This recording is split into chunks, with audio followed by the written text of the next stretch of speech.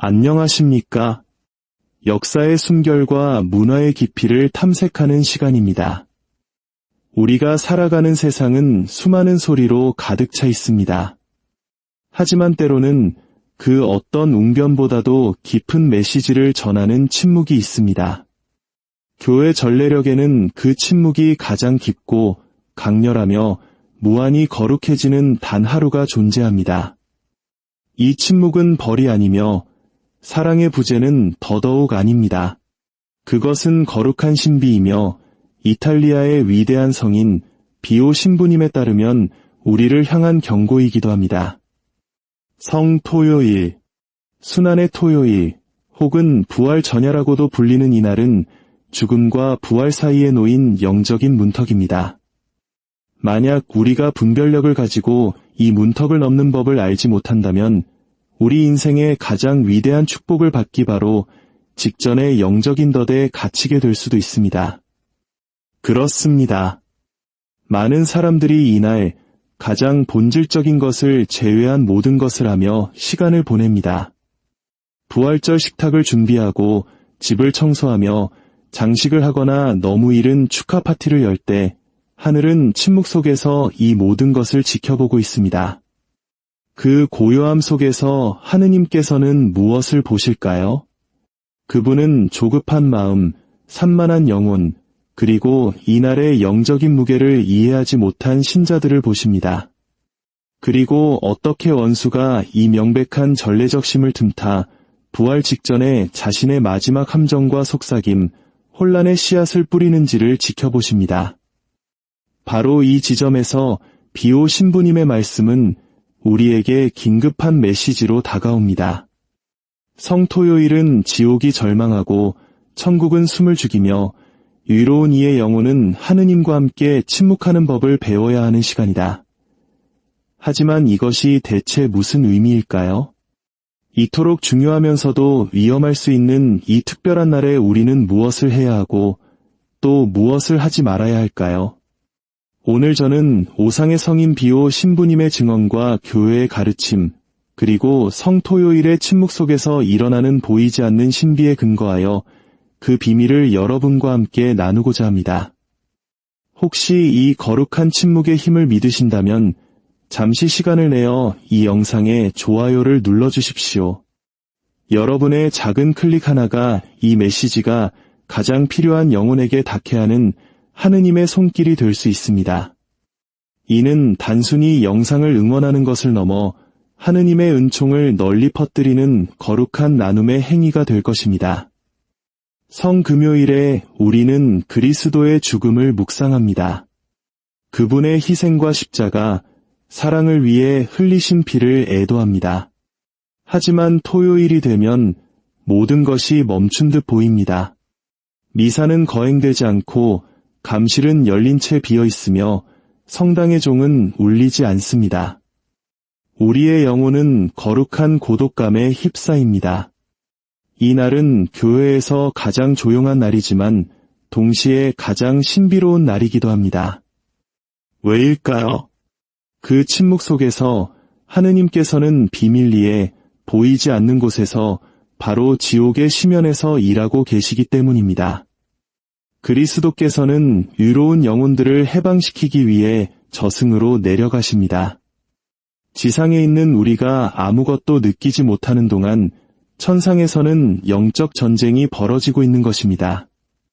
바로 이 명백한 멈춤의 순간에 원수는 더 큰 힘으로 활동합니다. 왜냐하면 우리가 가장 취약하다는 것을 알기 때문입니다. 우리는 최악의 순간은 지났다고 성금요일의 전투는 끝났다고 생각하며 경계를 풉니다. 그러나 전쟁이 끝나기 전에 칼을 내려놓는 병사는 전쟁에서 패배할 수 있습니다. 비오 신부님은 한 영적 자녀에게 보낸 편지에서 너무 일찍 부활을 축하하기 시작한 그를 이렇게 경고했습니다. 아들아, 부활은 그리스도와 함께 무덤을 거치지 않은 자를 위한 축제가 아니다. 참으로 강력한 말씀이지 않습니까? 성토요일에 우리는 여전히 영적으로 무덤 안에 있습니다. 그리스도와 함께 그분의 무덤에 머물며 그분을 동반하고 있는 것입니다. 만일 우리가 이 황량함과 기다림, 보이지 않는 것에 대한 믿음의 순간을 회피한다면 우리는 부활의 기적에 온전히 참여할 수 없게 됩니다. 그러니 기쁨을 서두르지 마십시오. 오늘은 파티를 위한 날이 아닙니다. 축하 사진을 소셜미디어에 올릴 시간도 아닙니다. 세상적인 활동으로 자신을 분산시킬 날이 아니라 침묵하고 묵상하며 성모 마리아께서 그러하셨던 것처럼 기다려야 하는 날입니다. 그 날의 성모님을 상상해 보십시오. 아드님은 돌아가셨고 생명의 징후는 어디에도 없습니다. 그럼에도 불구하고 성모님은 믿고 기다리며 침묵을 지키셨습니다. 비오 신부님은 그날 성모님의 믿음이 세상에서 유일하게 타오르던 불꽃이었다고 말씀하셨습니다.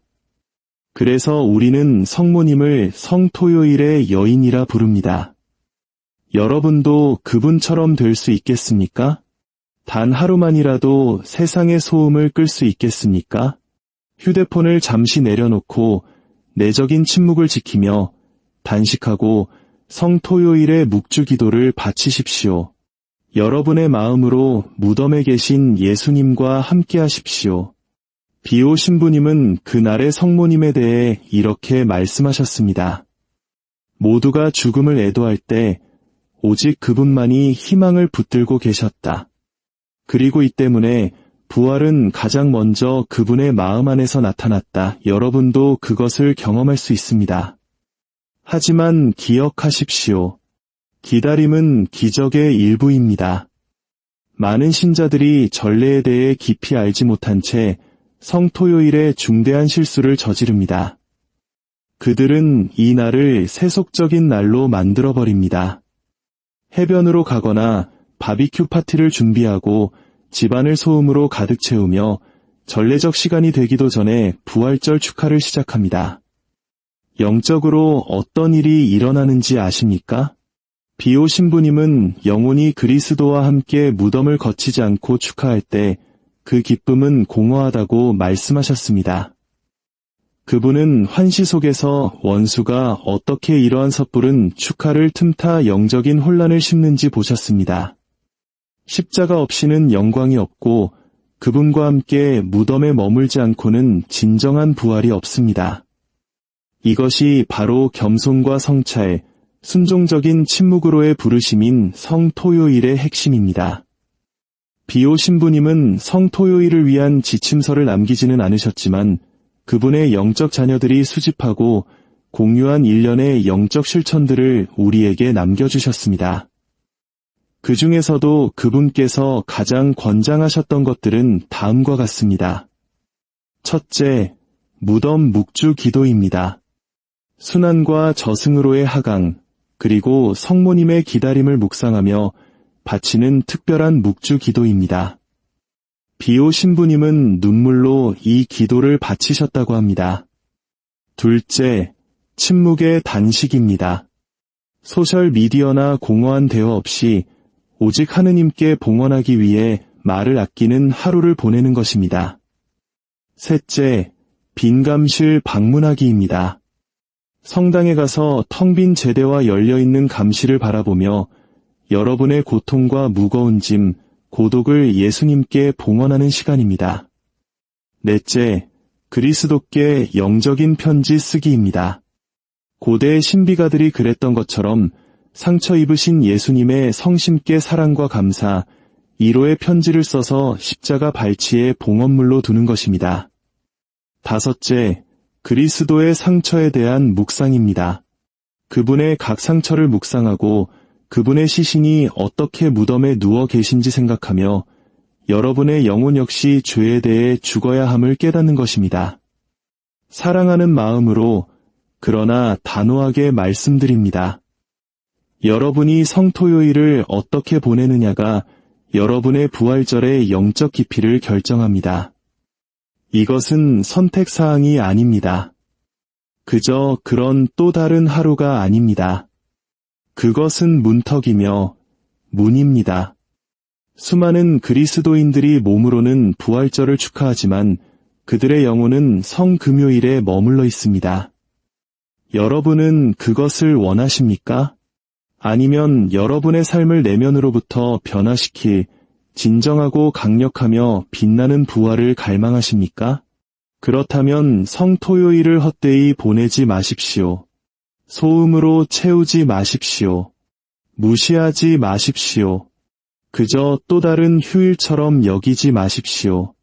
보물처럼 지키십시오. 사탄은 교활합니다. 성토요일에 그는 두려움으로 다가오지 않습니다. 그는 산만함이라는 가면을 쓰고 다가옵니다.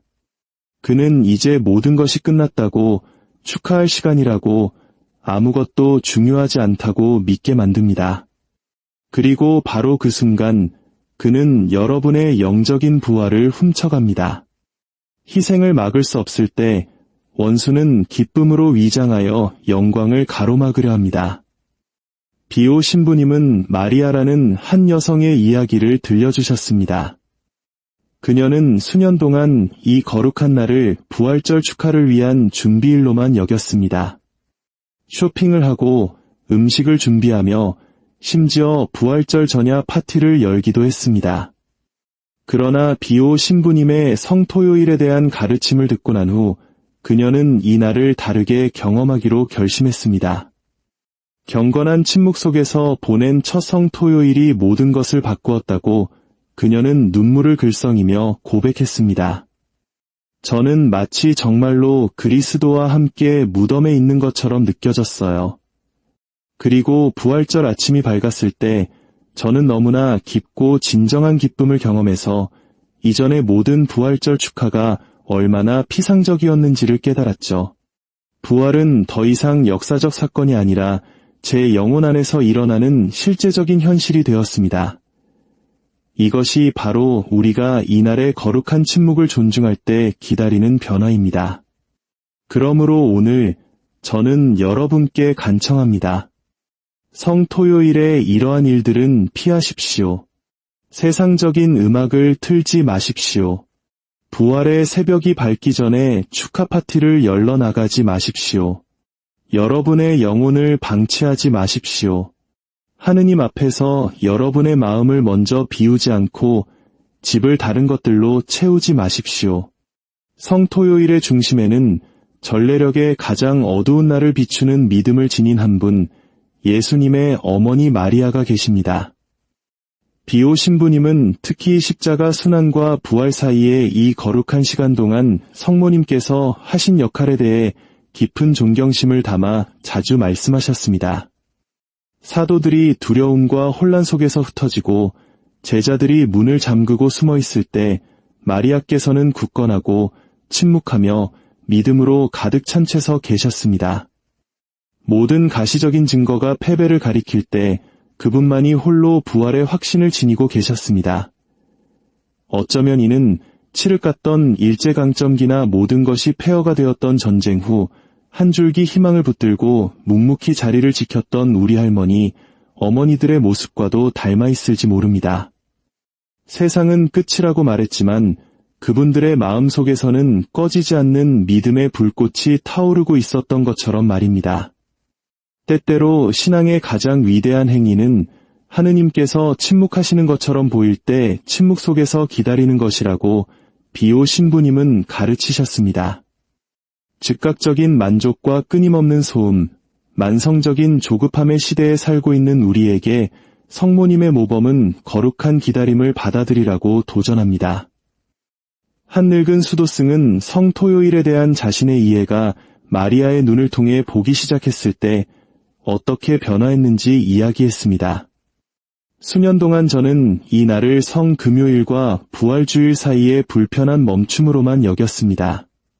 하지만 성모님의 믿음의 밤샘을 묵상하기 시작하면서 깨달았죠. 성토요일은 죽은 공간이 아니라 거룩한 공간이라는 것을, 믿음이 명백한 부재라는 도가니 속에서 정화되는 곳이라는 것을요. 진정으로 성토요일을 살지 않고서는 우리의 부활절 기쁨은 피상적일 수밖에 없습니다. 비오 신부님은 우리가 부활의 기쁨을 충만하게 경험하고 싶다면 먼저 마리아와 함께 기다리는 법을 배워야 한다고 강조하셨습니다.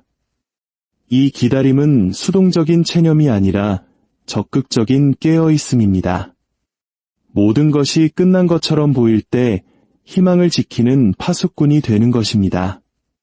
하느님께서 침묵하시는 이유는 그분께서 여러분의 내면 또한 침묵하기를 원하시기 때문입니다. 그리하여 여러분이 영혼 깊은 곳에서 그분의 목소리를 들을 수 있도록 말입니다. 십자가의 성요한의 말처럼 하느님의 침묵은 어둠 속에서 사랑하는 이들의 언어이다. 우리가 이 거룩한 날을 존중하고 진정한 부활을 위해 영혼을 준비시키기 위해 취할 수 있는 구체적인 단계들은 무엇일까요? 앞서 말씀드린 5가지 영적 실천, 즉 무덤 묵주기도, 침묵의 단식, 빈 감실 방문, 그리스도께 드리는 영적 편지, 그리고 그리스도의 상처에 대한 묵상을 진실된 마음으로 실천한다면 우리는 역사적 사건의 구경꾼에서 신앙의 가장 위대한 신비에 참여하는 자로 변화될 것입니다. 성토요일에 밤이 내리면 교회는 부활 성야를 준비합니다. 그때 전례는 빛으로 폭발합니다. 그러나 그 빛은 여러분의 영혼이 어둠을 통과했을 때에만 의미가 있습니다. 여러분이 이 날을 거룩한 매장으로 살았다면 부활초의 불꽃은 여러분에게 새로운 탄생이 될 것입니다. 부활은 상징이 아니라 여러분의 것이 될 것입니다. 현실이 될 것입니다. 비오 신부님의 가르침에서 영감을 받은 영적 도전을 제안합니다. 다가오는 성토요일 단 12시간만이라도 완전히 세상과 단절해 보십시오. 침묵을 지키고 기도하며 예수님께 편지를 쓰십시오. 영적으로 성모님과 동행하며 새로운 마음으로 부활 성야에 참여하십시오. 만약 여러분이 이 날을 마리아께서 사셨던 것처럼 살고 예수님과 함께 무덤에서 보낸다면 부활주일은 그저 또 다른 휴일이 아닐 것입니다. 그날은 여러분 자신 또한 부활하는 날이 될 것입니다. 비오 신부님께서 말씀하셨듯이 깨어있는 영혼과 침묵하는 마음으로 순환의 토요일을 통과하지 않은 자에게는 진정한 부활절이 없기 때문입니다.